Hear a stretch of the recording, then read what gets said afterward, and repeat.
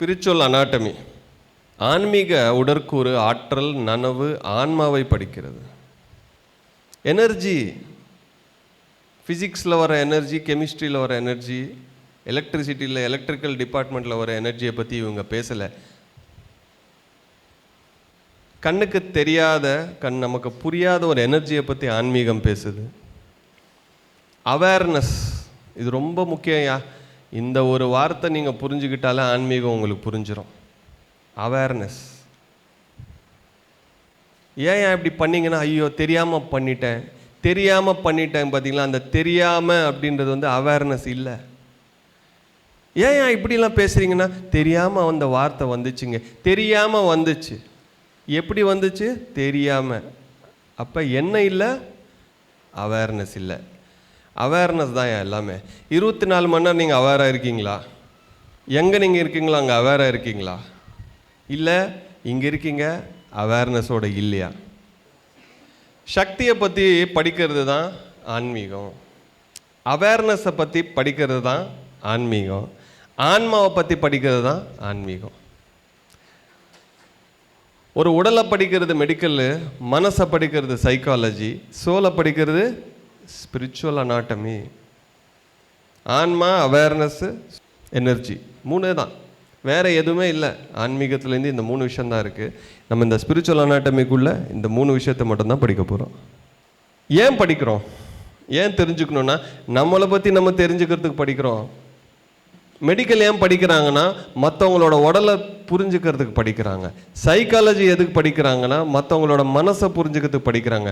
ஆன்மீகத்தை நம்ம ஏன் படிக்கிறோன்னா, நம்மளை பற்றி நம்ம தெரிஞ்சுக்கிறதுக்கு படிக்கிறோம், மற்றவங்கள பற்றி கிடையாது. மற்றவங்க பற்றி தேவையே இல்லை. ஏன்னா ஒரு மெடிக்கல் சயின்ஸும் சரி, சைக்காலஜியும் சரி, வெளியே பார்க்குறோம். ஆன்மீகத்தில் உள்பார்வை, நமக்குள்ளே நம்ம பார்க்க முடியாத ஒரே ஒரு வழி இதுதான். இதுதான் மேப்பு. ஏன் ஸ்பிரிச்சுவல்? ஏன் ஆன்மீகம்? ஏன்னா நமக்குள்ளே என்ன இருக்குது நம்ம பார்க்கறதுக்கு ஸ்பிரிச்சுவல் அனாட்டமி, இந்த சப்ஜெக்ட் தான் இம்பார்ட்டண்ட்.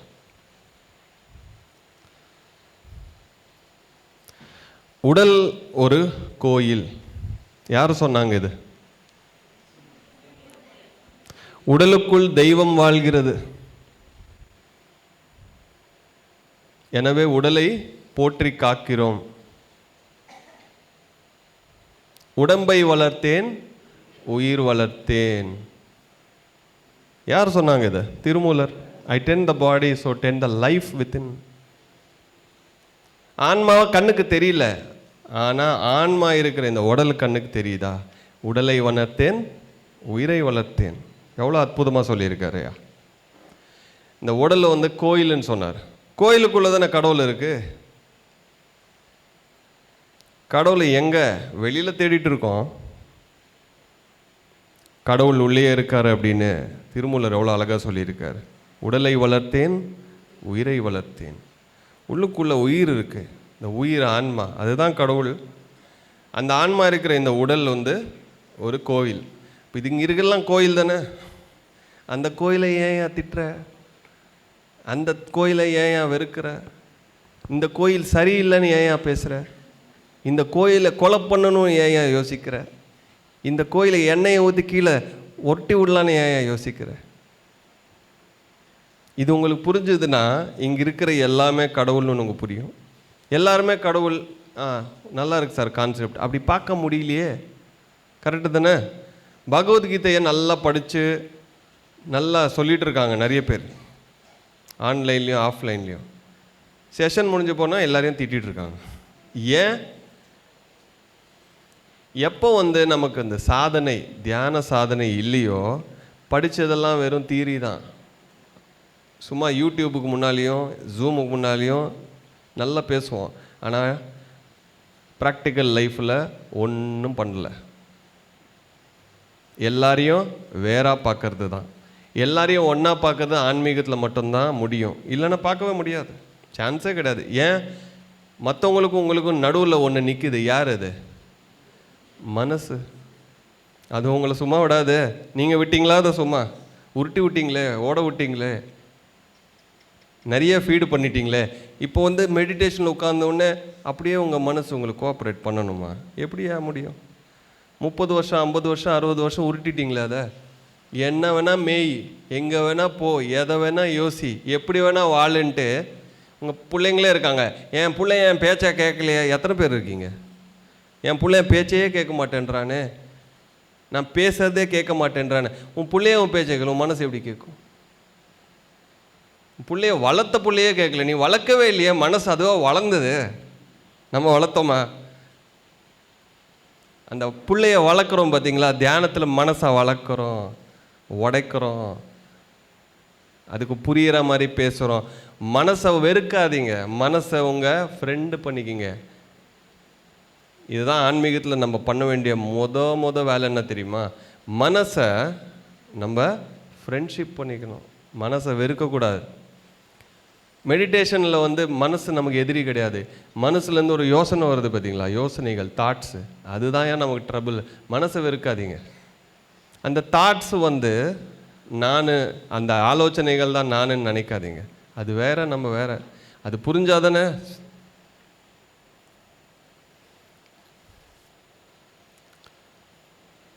ஒவ்வொருத்தரும் ஒரு யூனிவர்ஸ், பிரபஞ்சம். ஒவ்வொருத்தரும், நான் எல்லாரையும் சமமாக மதிப்பேன், எல்லாரும் உள்ளே இருக்கிற கடவுளையும் பார்ப்பேன், எல்லாரையும் ஒரு கோவிலாக தான் பார்க்குறேன். அதனால தான் நான் யாரையும் வெறுக்கலை, யாரை பற்றியும் நான் எதுவுமே பேச மாட்டேன். எல்லாரும் ஒன்று அப்படின்னு சொல்லிட்டு தான் நம்ம வாழ முடியும். இது ஆன்மீக பயிற்சி இல்லைன்னா இது சான்ஸே இல்லை, இது புரியாது. அப்படியே என்னமா இருக்குப்பா இந்த உலகம், பிரபஞ்சம்லாம் சூப்பராக இருக்கேன்ட்டு வெளியே பார்த்துட்ருக்கோம், உள்ளே கூட இருக்கே. நமக்குள்ளே எப்படி சார் இருக்குது? என்ன சார் ப்ரூஃப்னா, கிருஷ்ணர் காட்டினார். இப்போ கிருஷ்ணர் வாயில் மட்டும்தான் இருக்குமா?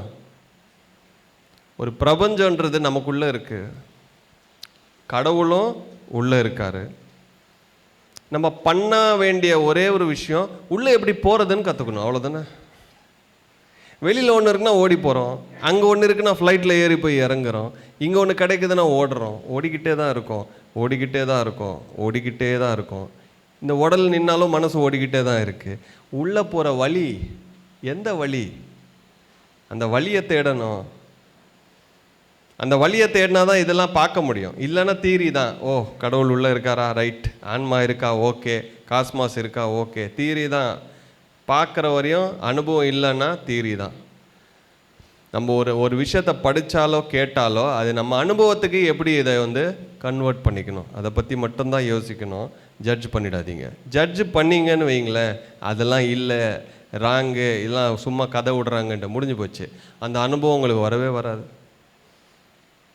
யாராவது சித்தர் வந்து உன் தலையில் ஒரு கொட்டு கொட்டினா தான் அந்த அனுபவம் வரும், இல்லைன்னா சான்ஸே கிடையாது. ஐம்பூதங்களும் நம் உடலில் உள்ளன.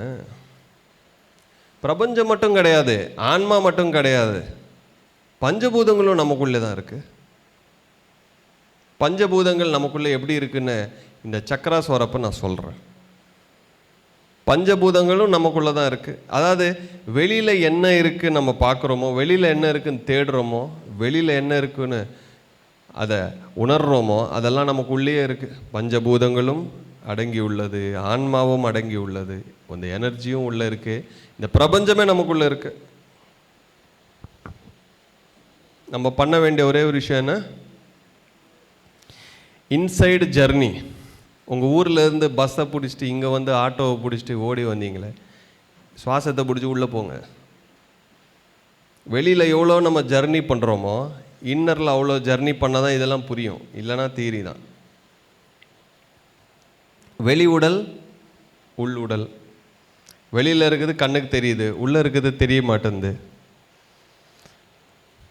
வெளியில் பார்க்கறதுக்கு இந்த கண்ணு, உள்ளே பார்க்கறதுக்கு கண்ணு, இந்த கண்ணு இந்த கண்ணு தான் கண்ணு. இன்னர் ஐன்னு சொல்லுவாங்க. இதை வச்சு வெளியில் பார்க்கறது கிடையாது. இந்த கண் இருந்தால் உள்ளே பார்க்கலாம், இந்த கண் இருந்தால் வெளியில் பார்க்கலாம். அதுக்கு தான் 3 கண் இருக்கு. சும்மா ஏன் இதை படைச்சிருக்காங்க? யோசிங்க. அப்போ இந்த கண்ணை பிடிக்கணும், இதை ஓப்பன் பண்ணணும். இந்த ஒரு வேர்டு இருக்குது, தேர்ட் ஐ ஓப்பனிங்னு, கேள்விப்பட்டிருக்கீங்களா? தேர்ட் ஐ ஓப்பனிங். அது தேர்ட் ஐ ஓப்பனிங்கில் தேர்ட் ஐ ரீஓப்பனிங். ஏன்னா பிறந்த உடனே எல்லாருக்கும் தேர்ட் ஐ ஓப்பனிங்காக தானே இருந்தது. நீங்கள் பிறந்த உடனே எல்லாருக்கும் தேர்ட் ஐ ஓப்பன் இருக்குப்பா. ஏன் மூடிச்சு? ஏன் மூடிடுச்சு? இந்த கண்ணு க்ளோஸ் ஆகலையே, இது நல்லா தானே இருக்குது. ஏன் இது வந்து நீங்கள் சாதனை செஞ்சால் தான் ஓப்பன் ஆகும். தயவு செஞ்சு யாராவது ஒருத்தர் உங்கள் தேர்ட் ஐ ஓப்பன் பண்ணுறாங்கன்னா அவங்ககிட்ட போயிடாதீங்க. அவங்க ஓப்பன் பண்ணுவாங்களா பண்ண மாட்டாங்களா? பண்ணுறாங்க. ஆனால் எந்த டைரெக்ஷனில் பண்ணுறாங்க? வெளியிலேருந்து உள்ள. எந்த டைரெக்ஷனில் ஓப்பன் ஆகணும்? உள்ளேருந்து வெளியில். புரியுதா? அந்த டைரெக்ஷன் ஆஃப் த தேர்ட் ஐ ஓப்பனிங்கும் ரொம்ப இம்பார்ட்டண்ட்டு. அதனால் மற்றவங்க கிட்ட இருந்து வர்றது உங்களுக்கு அதில் பாதிப்பு தான் அதிகமாக இருக்கும். நீங்கள் சாதனை செஞ்சு அந்த கண்ணை ஓப்பன் பண்ணிங்கன்னா உங்கள் கண்ட்ரோலில் இருக்கும், இல்லைன்னா அவங்க கண்ட்ரோலில் இருக்கும். எனர்ஜி சென்டர்ஸு ஆரா, அதாவது ஆற்றல் மையங்கள் ஆரா உள்ள உடல். இப்போ வர சில சயின்டிஃபிக் டிவைசஸால் ஆராவை பார்க்க முடியுது, சக்கராஸை பார்க்க முடியுது, சட்டில் எனர்ஜின்னு சொல்லுவாங்க, அதெல்லாம் இப்போ பார்க்க முடிஞ்சுது. 10-20 வருஷத்துக்கு முன்னால் நான் தியானத்துக்கு வந்தப்போ ஒன்றுமே இல்லை. அப்போல்லாம் தேர்ட் ஐ உட்காந்து தியானம் பண்ணி தான் பார்க்கணும். ஆனால் இப்போ நிறைய டிவைசஸ் இருக்குண்ணே, நானே யூஸ் பண்ணுறேன். பிரெயின் வேவ்ஸை கேலிப்ரேட் பண்ணுறோம், ஆரா பார்க்க முடியுது, ஆராவோட கலரை பார்க்க முடியுது, சக்கராஸை படிக்க முடியுது, ரேடியானிக்ஸ் ஸ்டடி பண்ணிகிட்டு இருக்கோம், ஃப்ரீக்வன்சி வைப்ரேஷன் அதோட எஃபெக்ட்ஸ்லாம் படிக்க முடியுது. இப்போ நிறைய ரிசர்ச் வருது. அதாவது ஆன்மீகம் விஞ்ஞானமும் கிட்ட வருது, ஸ்பிரிச்சுவாலிட்டி அண்ட் சயின்ஸு கிட்ட வருது. நான் ஒரு சயின்ஸ் ஸ்டூடெண்ட்டு. நான் ஒவ்வொரு விஷயத்துலேயும் ஆழமாக இறங்கி ஆன்மீகமும் பயிற்சி பண்ணணும், சயின்டிஃபிக்காகவும் நம்ம ஒர்க் பண்ணணும். நிறைய டாக்டர்ஸ் கூட நான் ஒர்க் பண்ணிகிட்ருக்கேன். ஏன்னா அவங்கக்கிட்ட இந்த டேட்டா வருது. அதில் சில பேர் இந்த ஸ்பிரிச்சுவல் பென்ட்டோடு இருப்பாங்க. பார்த்தீங்களா? நம்ம ஓப்பன் மைண்டாக இருந்தால் மட்டும்தான் அங்கே போக முடியும். டாக்டரை வேணான்னா யாரையும் ஒதுக்கி வைக்காதீங்க. ஏன்னா ஒவ்வொருத்தரும் ஒரு கோயில், ஒவ்வொருத்தரும் ஒரு கடவுள், ஒவ்வொருத்தரும் ஒரு பிரபஞ்சம். அந்த பிரபஞ்சத்துலேருந்து எது நமக்கு வரணுன்றது மனசு டிசைட் பண்ணக்கூடாது. யாரையும் ஒதுக்கி வைக்காதீங்க லைஃப்பில். எல்லாரும் கூடயும் இருங்க. சரி, நிறைய வழி இருக்கே, நம்ம வழி என்னன்னு பார்க்கலாம். படையப்பால சொல்ல நம்ம வழி தனி வழின்ற மாதிரி இங்கே ஒரே ஒரு வழி தான், ஆனாபானா சதி. மூச்சை கவனிக்கிறோம். நிறைய பேர் இது வந்து இவ்வளோ சிம்பிளா, இதுலேயே எல்லாமே கிடச்சிருமா? நிறைய டவுட்டு. நானும் அப்படி தான் நினச்சேன். ஆனால் இது பண்ணதுக்கப்புறம் தான் தெரிஞ்சுது, எல்லாத்தையும் பண்ணி எதுவுமே தேவையில்லைன்னு விட்டுட்டார் புத்தர். எப்போ விட்டார்? 2500 வருஷத்துக்கு முன்னாலேயே விட்டார். அவர் விட்டதெல்லாம் பிடிச்சிக்கிட்டு இருந்ததுன்னா நம்ம எப்போயா முன்னுக்கு போகிறது? புத்தர் எல்லாத்தையும் பண்ணார். எதை பண்ணலை? தெரிஞ்சதும் தெரியாதவங்க எல்லாத்தையும் பண்ணார். ஆனால் அவருக்கு விடை கிடைக்கல. என்ன வேணும்? ஏன் இந்த வாழ்க்கை, ஏன் இந்த ரோகம் வருது, ஏன் வந்து பாதிக்கப்படுறாங்க, முக்தினா மோக்ஷன்னா, இந்த சத்தியம் தேட போனார். நீங்கள் பண்ணுற எல்லா எக்ஸசைசஸும் யோகங்களும் வெளி உலகத்தை உங்களுக்கு காட்டிகிட்ருக்கு. ஆனால் உள் உலகத்துக்குள்ள உங்களுக்கு போகணுன்னா இந்த சுவாசத்தை பிடி போதும்னு சொன்னார் அவர். அவரை விட நான் ஒன்றும் இன்டெலிஜென்ட் இல்லையே, அவரை விட நான் வந்து கிரேட் இல்லையே. அதாவது இங்கிலீஷில் ஒரு வேர்டு சொல்லுவாங்க, don't start from the scratch, stand on the shoulders of the giants அப்படின்ட்டு. மறுபடியும் ஃபஸ்ட்லேருந்து பண்ணாதாடா. ஏற்கனவே ஒருத்தன் ஒன்று பண்ணிகிட்டு இருக்கான் பார்த்தீங்களா, ரிசர்ச் பண்ணி விட்டானே, அங்கேருந்து ஆரம்பி நீ. புரியுதா?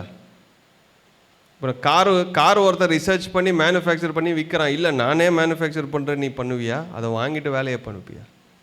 நீ யோசி, என்ன பண்ணுன்னு நீங்கள் யோசிங்க. மூச்சை மாற்றுவதில்லை, கவனிக்கிறோம். we do not change the breath, we only watch it.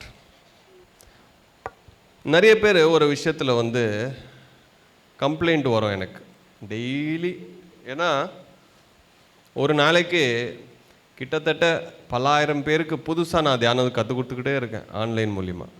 Everyday thousands of பீப்புளுக்கு என் மூலியமாக தியானம் போயிட்டே இருக்குது. பயிற்சி பண்ணுறாங்க, கஷ்டப்படுறாங்க, உட்காடுறாங்க, சாதனை பண்ணுறாங்க. அதை பற்றி எதுவும் தெரியாது, ஆனாலும் உட்காடுறாங்க, ட்ரை பண்ணுறாங்க. ஆனால் ஒரு காமன் கம்ப்ளைண்ட் வரும், என்ன தெரியுமா? அது கிடையாது, பொண்டாட்டி பிரச்சனை கிடையாது. காமன் கம்ப்ளைண்ட் என்ன தெரியுமா? தாட்ஸ் வந்துக்கிட்டே இருக்குது சார், உட்காரவே முடியல. உட்கார்றது கஷ்டமா? நமக்கு என்ன உட்கார தெரியாதா? என் பையன் அமெரிக்காவில் இருக்கான், 12 மணி நேரம் 24 மணி நேரம் ஃப்ளைட்டில் உட்காந்து போக மாட்டிங்களா? நல்ல சினிமா வருது, சிவாஜி படம் வருது, உட்காந்து 3 மணி நேரம் பார்க்கறது இல்லையா? உட்கார்றது நமக்கு பிரச்சனை இல்லை, கரெக்டு தானே? உட்காரோம் இல்லை, பஸ்ஸில் போகிறோம், என்னால் உட்கார முடியாதுன்னு டிரைவருக்கு சொல்லுவீங்களா? உட்காரோம்ல. தியானத்தில் ஏன் உட்கார முடியல? ஒன்று விருப்பம் இல்லை, யாரோ சொல்கிறாங்க ட்ரை பண்ணலாம். ரெண்டாவது விருப்பம் இருக்குது, ஆனால் வெறுப்பும் இருக்குது, என்னால் உட்கார முடியலையே. யார் உங்களை உட்கார விட மாட்டேன்றாங்க? தாட்ஸு தானே. உன்னை யாரையா தாட்ஸை கவனிக்க சொன்னாங்க? நான் என்ன சொன்னேன்? சுவாசத்தை கவனினா நீ ஏன் என் தாட்டை கவனிக்கிற? நீ தாட்ஸை கவனிச்சுட்டு எனக்கு தாட்ஸ் வருதுன்னா நான் உன்னை தாட்ஸை கவனிக்க சொன்னேன்னா? ஒரு ஸ்டூடெண்ட் உட்காந்துக்கிட்டு டீச்சர் சொல்லிட்டு இருந்தா அவன் அந்த பல்லியை பார்த்துட்டு இருக்கான். என்னடான்னா, அந்த பல்லியே வந்துகிட்டு இருக்கு சார், அந்த பல்லியே சவுண்டு பண்ணிட்டு இருக்கு, அந்த பல்லியே நான் பல்லியை பார்க்க சொன்னேன். பல்லியும் பார்க்காத வள்ளியும் பார்க்காத, நான் சொல்கிறத பாடுறடா. நான் எதை கற்றுக் கொடுக்குறேன் அதை பண்ணு. நம்ம நீ உன்னோட பார்வை எங்கேயோ போச்சு. இப்போ இங்கே என்ன ஆச்சு? அவேர்னஸ் இல்லை. 1 மணி நேரம் தியானத்தில் உட்காடுறான், ஒரு 2 நிமிஷம் 3 நிமிஷம் இங்கே அவேர்னஸ் இருக்குது, மிச்ச நேரத்தில் என்ன இல்லை? அவேர்னஸ் இல்லை. புரியுதா? அதாவது ஒரு ஆலோசனை வருது, ஒரு தாட்ஸ் வருது, நான் அதை கவனிக்க போகிறேன்ட்டு நீங்கள் பார்த்தீங்கன்னு வைங்களேன், ஒரு தாட்டும் வராது. ட்ரை பண்ணிங்களே எப்போயாது? மூச்சை கவனிக்கிறப்ப எல்லா தாட்ஸும் வரும். சரி, நான் இப்போ தாட்டை கவனிக்க போகிறேன், தாட்டை பாருங்கள், எல்லாமே ஓடி போய்டும். ஏன்? நான் உங்கள் அவேர்னஸ் எங்கே இருக்கோ அங்கே எதுவுமே இருக்காது, சூன்யந்தான் இருக்கும். ஸோ இப்போ நான் பேசிகிட்டு இருக்கேன், சைடில் ஃபேன் சவுண்டு போயிட்டுருக்குல்ல, நான் சொன்ன உடனே கவனிக்கிறீங்க, இல்லைன்னா கவனிச்சிங்களா? அதே மாதிரி தான் தாட்ஸு, அது பாட்டுக்கு போகுதுயா, வருது, அது பாட்டுக்கு போகுது. அதை நீ ஏன் கண்டுக்கிற? அதை ஏன் பெருசாக பார்க்குற? அதை எடுத்துகிட்டு வந்து கிளாஸில் எனக்கு தாட்ஸ் வருதுன்னா ஆமாம் சார்னு சொல்லி எல்லாரும் ஆமாம் போட ஆரம்பிச்சிருவாங்க. அது ஒரு பேக்ரவுண்டு நாய்ஸ், அது பண்ணிக்கிட்டே போகட்டும். என் வீட்டை சுற்றி அமைதியாக இருக்கணும், அப்போ தான் நான் சமையல் பண்ணுவேன்னா முடியுமா? குக்கர் சவுண்டே வரக்கூடாதுன்னா முடியுமா? நான் ஆஃபீஸில் வேலை பார்க்குறேன், ஒருத்தனும் பேசக்கூடாதுன்னா முடியுமா? நீ ஸ்டுடியோவில் இருந்தால் மட்டும்தான் முடியும், கதவெல்லாம் மூடிக்கிட்டு. அப்பவும் மனசு ஒன்று விடாது. மனசு இருக்கிறது எதுக்கு? சிந்திக்கிறதுக்கு. அது பாட்டுக்கு அது வேலையை பண்ணிட்டு போகணும். நம்மளோட வேலை என்ன? சுவாசத்தை கவனிக்கிறது. இது எப்படி வரும்? பயிற்சி பண்ண தான் வரும்.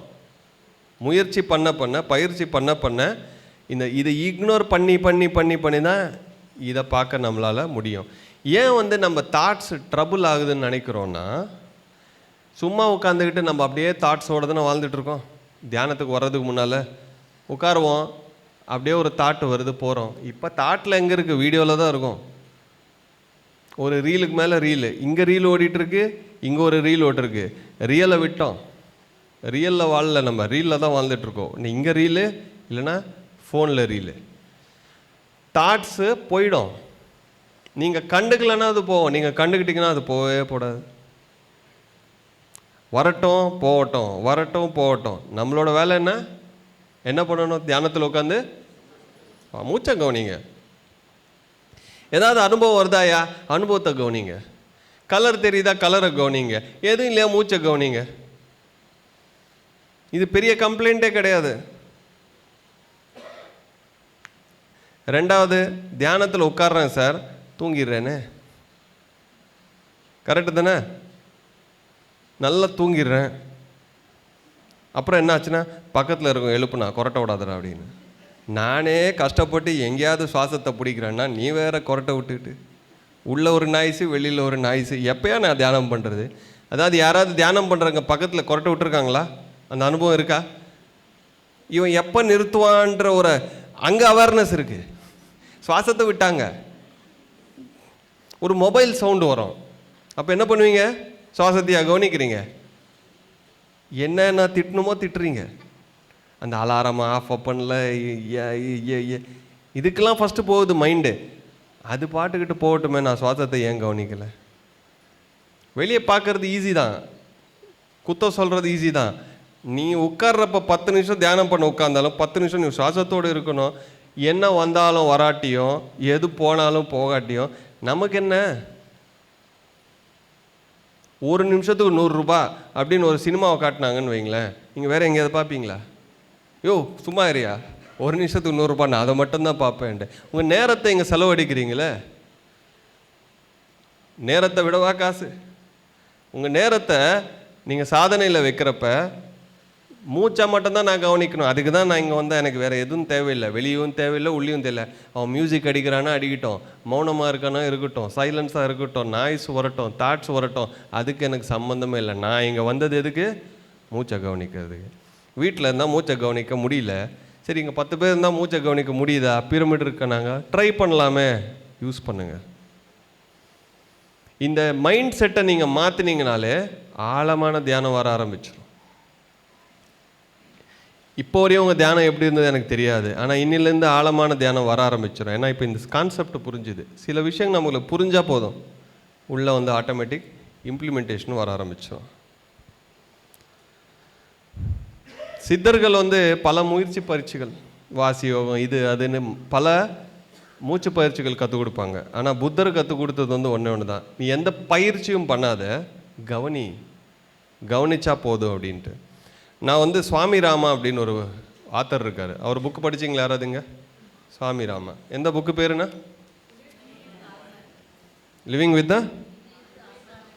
மெய்தாசன். தமிழில் படிச்சிங்களா? Living with the Himalayan masters அப்படின்னு புக்கு.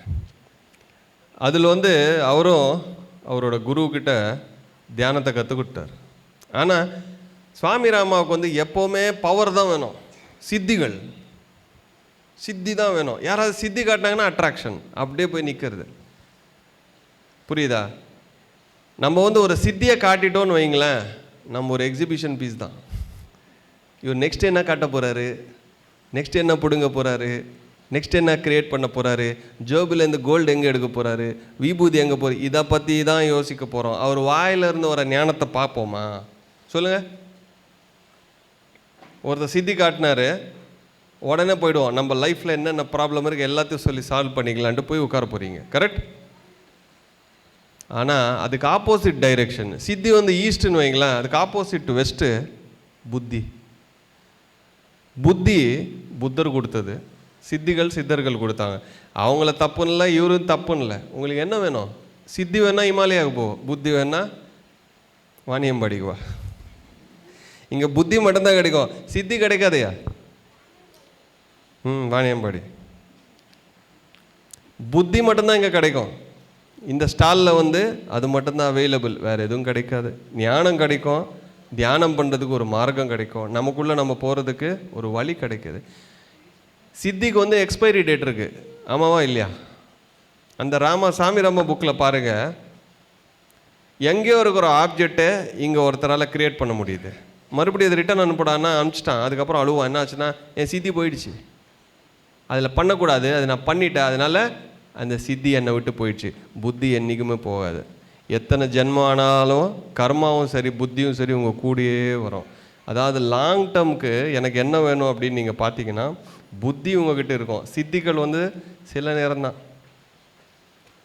ஒரு மகன் சொன்னார், லாட்ரின்னு எல்லாரும் அதுக்கு பின்னால் போனோமா, கோடியில் ஒருத்தனுக்கு ₹1 கோடி வருதா? அவனை போய் கேளுங்க, 2 வருஷம் அந்த கோடி போய் 0 ஆயிடுச்சு. என் ஃப்ரெண்டு ஒருத்தர் வந்து சொல்லிட்டு இருந்தார், ஒருத்தனுக்கு 1 கோடி வந்துச்சு, 2 வருஷத்தில் -4 கோடி ஆயிடுச்சுன்னு. அதாவது அப்படி வந்தது இப்படி தான் போகும். கஷ்டப்படாமல் வந்தது எதுவுமே நிலைக்காது. மிரக்கல்னு சொல்லி வர்றதெல்லாம் 4 நாளைக்கு தான். ஏன்னா அதை நீங்கள் வந்து ஒரு எலிஜிபிலிட்டியோட வந்ததில்லை, ஒரு லக்காக வந்தது. உங்களுக்கு ஒரு பரீட்சைன்னு தான் சொல்ல முடியும். அப்படி வந்து நல்லா இருந்தவங்க யாரும் இல்லை, கஷ்டப்பட்டு வந்தவன் எவனும் கெட்டு போகல. நீங்கள் எவ்வளோ சாதனை பண்ணுறீங்களோ அதுக்கு வந்த சக்தியும் ஞானமும் உங்களை விட்டு என்றைக்குமே போகாது. அப்படியே ஒரு சித்தி லைட்டாக வந்துச்சுன்னா இப்படி போயிடும். அதனால் எந்த டைரெக்ஷனுக்கு போகணுன்றது நீங்கள் யோசிங்க. இப்படி தான் நீ வரணுன்ட்டு நான் சொல்ல மாட்டேன். நீ சித்தி வேணும்னா சித்தர்கிட்ட போ, புத்தி வேணும்னா புத்தர்கிட்ட போ. நமக்கு என்ன வேணும்னு நமக்கு தெரியணும் இல்லை? ஏன்னா இங்கே மெடிடேஷன் பண்ணிக்கிட்டே ஒரு கண்ணை மட்டும் அந்த சைடு வச்சுருப்போம். அவங்க ஏதோ ஸ்பெஷலாக சொல்கிறாங்களே, அவங்க என்னமோ தேர்ட் ஐ ஓப்பன் பண்ணுறாங்களே, அவங்க என்னமோ மேனிஃபெஸ்டேஷன் பண்ணுறாங்களே, நம்ம அங்கே போகணுமா இங்கே போகணுமான்னு. ஒரு கால் இங்கே ஒரு கால் அங்கே, தக்கிட்ட தக்கிட்ட தந்தானா. டான்ஸ் ஆடிக்கிட்டே இருந்துச்சுன்னா ஒரு இடத்துலையும் இருக்க மாட்டோம். 2 காலையும் ஒரு இடத்துல வைக்கணும். நான் 2 காலையும் ஒரே இடத்துல 2004 வச்சிட்டேன். எனக்கு சித்தியே வேணாம், எனக்கு புத்தி இருந்தால் போதும். இதை டிசைட் பண்ணுவோம். யார் சொல்ல போகிறாங்க? நமக்கு யாரும் சொல்ல மாட்டாங்க. நமக்கு நாம தான் சொல்லிக்கிட்டோம். நமக்கு நாம தான் தீர்மானம் பண்ணிக்கோம். எனக்கு சித்தி வேணுமா, புத்தி வேணுமா? சரி, சித்தி தான் வேணும், போ, மறுபடியும் ஜென்மம் எடுப்ப, எழுதி தரேன். புத்தி இருந்தால் மட்டும்தான் கடைசி ஜென்மம் ஆகும். நான் ஜென்ரலாக எந்த க்ரௌடுக்கு போனாலும் இது கடைசி ஜென்மம் எத்தனை பேருக்கு வேணும்னா எல்லாரும் கை தூக்குவாங்க. அதில் 2 விதமான மக்கள் இருப்பாங்க. ஒருத்தர் போதுண்டா சாமி, முடிச்சா போதும், நான் போயிட்டே இருக்கேன், மறுபடியும் பூமி சைடே வரமாட்டேன், அப்படி வெறுப்போடு சொல்கிறவன் இருப்பான். ஆன்மீகத்தில் எல்லாத்தையும் முடிச்சு நான் என்லைட் ஆகணும்னு சொல்கிறவன் கம்மி பேர் தான். எஸ்கேப் ஆகிறதுக்கு கடைசி ஜென்மம், மறுபடியும் பிறக்கணுமா, மறுபடியும் உழைக்கணுமா, பொண்ணாக பிறக்கணுமா, ஆணா பிறக்கணுமா, உழைக்கணுமா, எனக்கு இது தேவையில்லை. தேவையில்லை நினச்சிட்டா மாத்திரம் முடிஞ்சிடுமா? கடைசி ஜென்மம் பண்ணிக்கிறது அவ்வளோ ஈஸியாக? இன்றைக்கி ஸ்பிரிச்சுவல் அனாட்டம் இல்லை, முடிஞ்ச வரையும் கற்றுக்கலாம். ஸோ இன்றைக்கி இங்கே புத்தி வேணும்ன்ட்டு தான் நீங்கள் எல்லோரும் வந்திருக்கீங்க, நான் நம்புகிறேன். சித்தி வேணும்னா இது ராங் பிளேஸுங்க, இப்போ சொல்லிடுறேன்.